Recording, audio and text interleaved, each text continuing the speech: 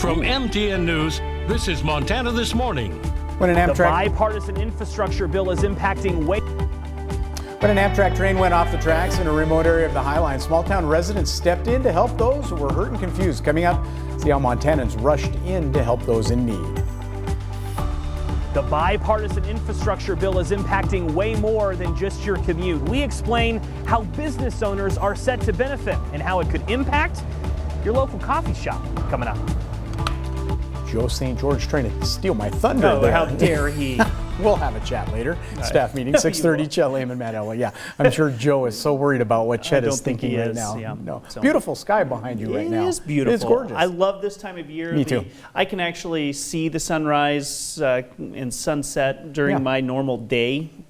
Your normal day. Yeah, everybody else may be able to see it. I don't always see that. I usually see the sunrise. Yeah. That's about it. Air quality moderate in Bozeman, Butte, Dillon, and West Yellowstone, and good. I think overall we're seeing much improved air quality across the area for the next couple of days. 22 degrees in Butte, 31 in Belgrade, 25 this morning in West Yellowstone. It is gorgeous outside as we're looking off that MSU iCam. Temperature sitting into the 50s for the afternoon. Grab that jacket on the way out the door. It wouldn't be a bad idea anyway, especially in Butte. Right now, I expect temperatures to stay into the low 20s through the 8, 9 o'clock hour and start to build from there. We're going to take a look at that weekend forecast. You're going to love it. No, really, you're going to love it. Oh, I believe you. Yeah. I've never doubted you for a second. Just a little bit. Thanks, Matt. 6:31, our top story this half hour. The Shedhorn fire in the upper Tumbledown Creek area between Big Sky and West Yellowstone has now burned 64 acres. Started around 4 o'clock Monday afternoon in steep and rugged terrain. No structures threatened, but firefighters are being hampered. Someone has been flying a drone in that area. It's caused helicopters and air tankers who were responding to the fire to leave the area because of safety concerns. Fire crews are asking people with drones to stay away from fire areas. Now, firefighters say using air attack on fires in the early phases can be crucial in keeping the fire from spreading. Cause of that blaze is under investigation. Well, a Georgia couple celebrating their 50th anniversary were 2 of the 3 people killed when an AMTRAK train derailed this past Saturday along Montana's High Line near the town of Joplin. Officials identified 74-year-old Donald Varnado and his 72-year-old wife Marjorie. Zach Schneider, who was 28 years old, also died in that derailment. Illinois resident was a Green Bay Packers fan, was traveling with his wife Rebecca, who was not hurt. Couple was traveling to Portland, Oregon, where they spent their honeymoon 7 years ago. Dozens more were injured. The tracks went through a regular inspection just 2 days earlier. Officials have not ruled anything out as to what may have caused that crash. National Transportation Safety Board says it will not be giving daily briefings on the AMTRAK derailment. They're focusing on their investigation at this time. But what are we now learning about is the outpouring of support from the locals nearby. MTN's Asher Line explains. Small-town Montana is known for being friendly and cooperative, and that was put on full display when disaster hit in Liberty County. The AMTRAK derailment was catastrophic, but Chester and Joplin community members quickly jumped in, as they always do when someone needs help. CJ Mann is one of those people and runs the Chester supermarket with his family.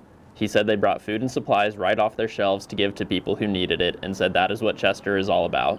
Here is, to me, is like we know everyone. If you live like in a big city, you don't know who live next door to you. But over here, you know everyone, your friend. And everybody like very helpful. If you need a help, oh man, they always ready.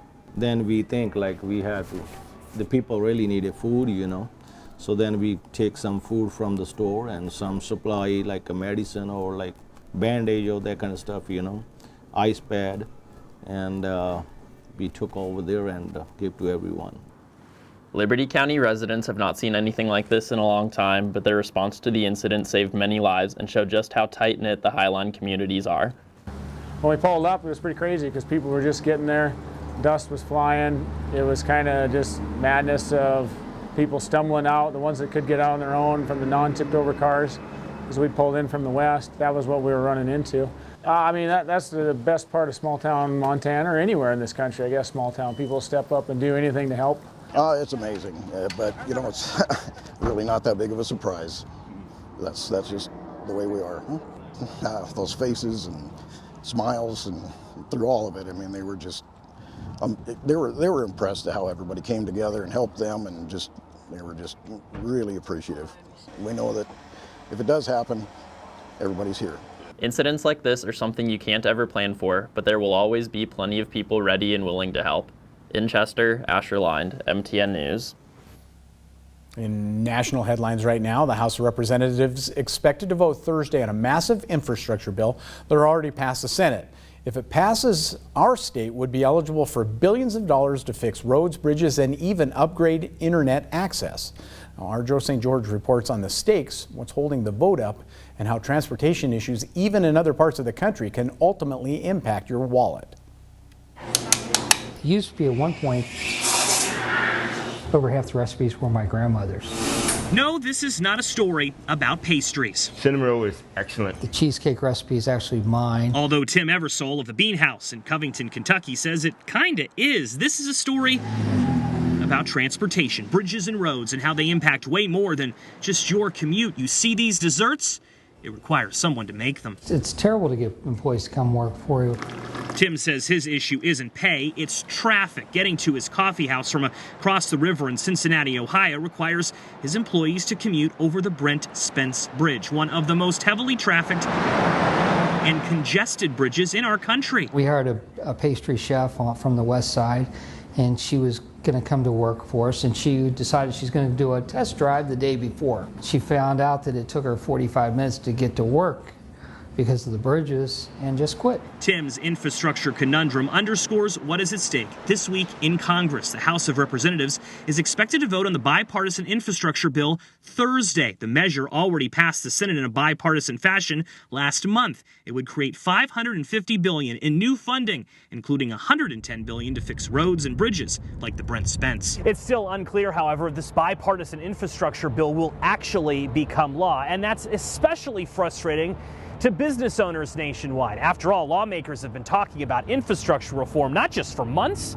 but for years. We are beyond frustrated and beyond angry that this has taken so long. Brent Cooper is president of the Northern Kentucky Chamber of Commerce. He says it's hard for people like him outside of Washington to understand why this infrastructure vote hasn't taken place yet, especially since 69 Democrats and Republicans voted for it already in the Senate.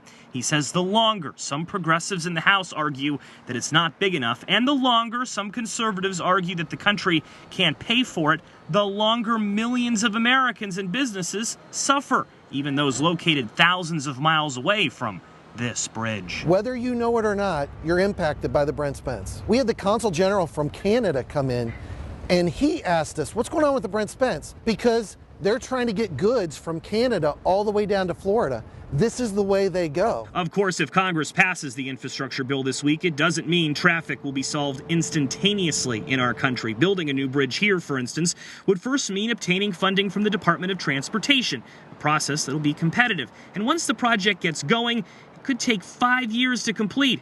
Cooper says, however, coming together on infrastructure this week would send a message that the U.S. isn't happy with the status quo, and change is possible. This is as obvious as it gets. And this is not partisan. This isn't Republican, Democrat. This is American. In Covington, Kentucky, I'm Joe St. George. 6:38 now. While the national unemployment rate's still improving, the number of jobs gained in August was only a third of what experts predicted nationwide. Dan Grossman found the service industry shortage that plagued many small businesses in May and June still impacting how many people are able to find work.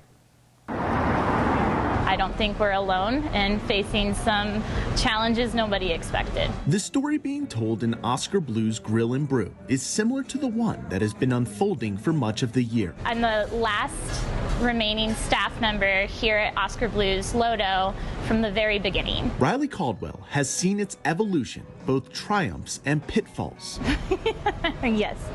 And despite the positivity in her voice, it's been more of the latter, especially as of late. We certainly could use more front of house support. Food runners, servers, bartenders. We first heard about this in May and June as people weren't jumping back into the job market because they were either content making a similar living wage on unemployment or were concerned about how COVID would affect their workplace. We are clearly still in a pandemic, and what happened between July and August is that the caseloads increased fivefold. Elise Gould is an economist, not an epidemiologist, but the two titles have been closely related since COVID began. She says the way Delta surged nationwide was a driving force in the number of jobs that were created. Data from the Bureau of Labor Statistics shows on average 586,000 jobs have been created each month this year.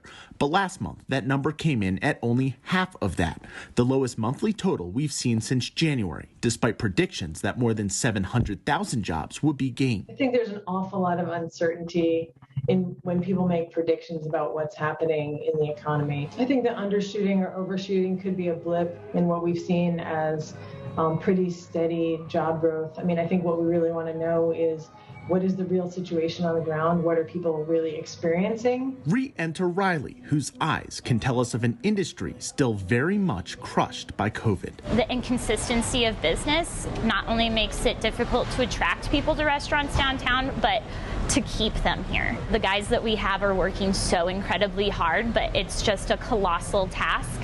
And it very much feels like we're just constantly pushing the rock uphill.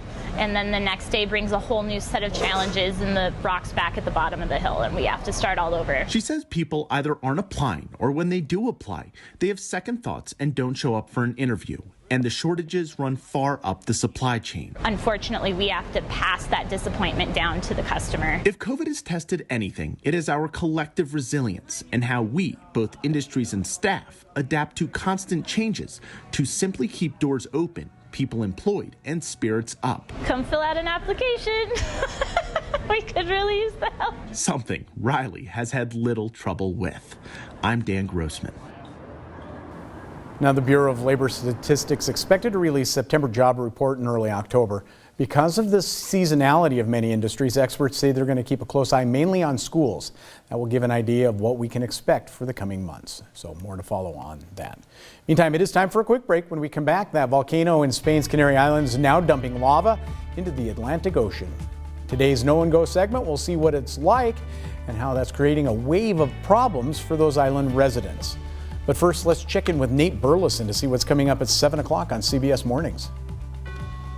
Good morning. Ahead on CBS Mornings, the latest on the budget deadlock as Congress gets closer to a government shutdown. Plus, Anna Warner gets a first look at a new report at the level of toxic metals in popular baby foods. We'll show you what to avoid. Also, I sit down with some professional athletes from basketball and football. We discuss the pressure to perform and how it takes a toll on their mental health. And we'll talk with the maker of a new documentary about Britney Spears and the drama surrounding the fight to control her own life. We'll see you at 7.